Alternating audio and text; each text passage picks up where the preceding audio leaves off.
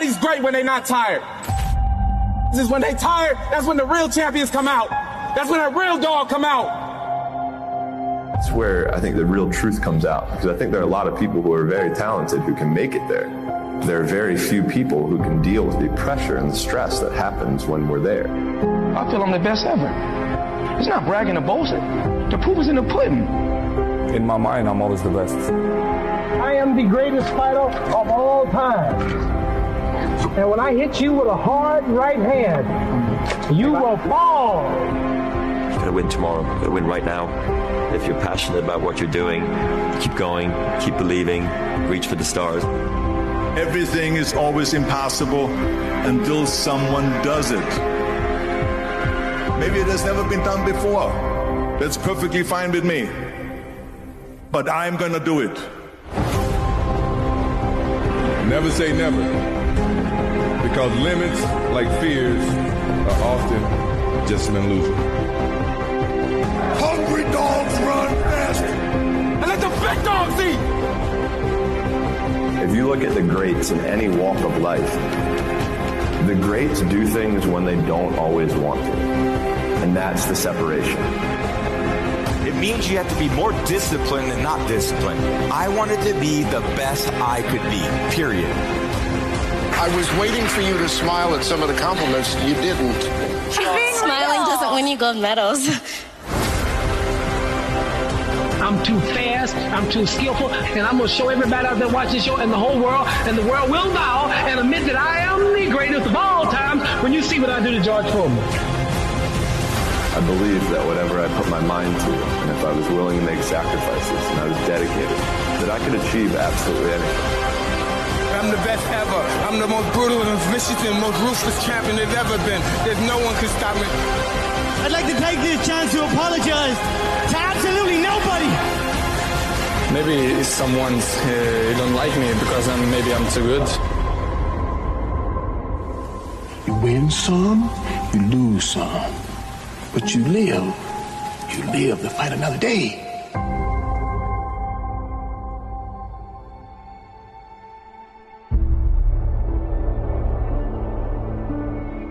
And I've always believed like I'm the Michael Jordan of this industry. When I'm on the air, I'm the one that will make you want to hear from me. I don't care who I'm on the air with. I don't care who it is. It does not matter to me. By the time I finish speaking, I am the one that you're going to want to listen to. That's my attitude. If this requires 100% and you give me 99, I might want to fire you. Because I'm about getting the job done. Sure. It's about the results. And I think that, unfortunately, when we look at our generation today, not enough people preach about that. Because I think that we live in a society where people have become masters at pointing the finger at other people as to reasons why things don't get done. I think there's too much explanation that goes on. But the bottom line is you ain't getting it done.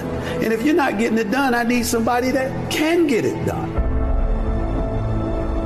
I am of the belief that if you truly, truly adopt that belief in your soul, then you walk to work every day not looking for excuses. You're looking for a way for the job to get done. And in most instances, you are going to be successful than not. You want to go with status quo, you're perfectly, fine with flowing along, just safe, to get along, secure. Safe, secure, whatever. But when you're trying to win, you're constantly looking to get better. My philosophy is very, very simple when it comes to my family, particularly, me being a dad. If they're hungry, it's because I'm starving. I don't eat until they eat. I'm not comfortable until they're comfortable. I don't have unless they have. That's the mentality, and that's the mentality that I strictly get from my mother. And so for me, having that kind of mentality, but what comes with that? What comes with that is a certain work ethic that you have to put forth, and it's a willingness to sacrifice. Am I the most disciplined person in the world? No. Am I the most meticulous person in the world, like some people would believe? No, I'm meticulous enough, and I'm disciplined enough, but I think the key thing is that the bottom line is everything to me. And whatever the bottom line requires is what I'm going to do. If the bottom line requires an excessive level of discipline, I'm going to do it. But to me, it's whatever the moment or the situation demands. And I'm a bottom lines oriented kind of person. You don't assume that opportunities are waiting for you. You know obstacles are standing at every door. Right.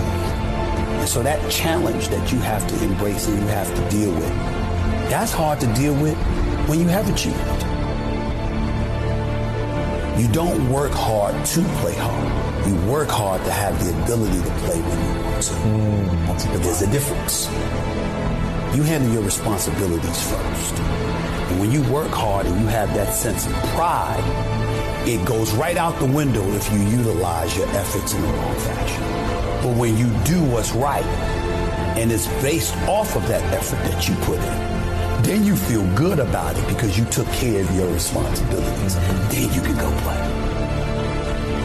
And I was not always confident. There's no doubt about that. I've always had my insecurities. What I firmly believed in was, as it pertained to me, was that I always worked hard. I was never lazy. I was always somebody that believed in hard work. Betting on yourself is believing in you. Knowing who you are, what you're worth. Having an idea about it anyway. And willing to work towards that, to validate that reality. That's betting on yourself. It's your job.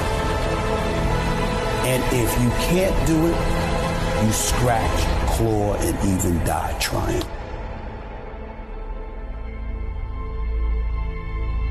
We make excuses every day, all of us as human beings. On far more occasions than not, I have to speak on the issue of accountability as it pertains to the entire sports world. And when it comes to the issue of accountability, I get all of that from Mom. It happened with ESPN when my contract wasn't renewed back in 2008. I was sitting up there, I felt betrayed. I felt ticked off. My mother let me lick my wounds for a couple of days. And then she said, what could you have done better? You sure you didn't do anything? And I thought about all this stuff. I'm like, what is she talking about? This is just not true. This is not right. I work hard. I do this. I do that. And then I started thinking about it. Yeah, I was a pain in the ass. I did kind of complain a little bit too much. But the biggest thing that I remember doing is that I always came to the bosses with problems. I never came to them with solutions. It was always about the problem, never the solution. And I learned when I sat back and reflected on the mistakes that I had made in my career at the time, I learned that no boss wants to talk to anybody that doesn't have solutions. Instead of working around the clock trying to figure out what somebody else wants from you, good or bad, there are moments that crystallizes it for you in your mind. Pay attention and you'll see what they are. And you'll know what to do accordingly. That is what I believe makes me the best. It's my commitment to excellence for the collective whole.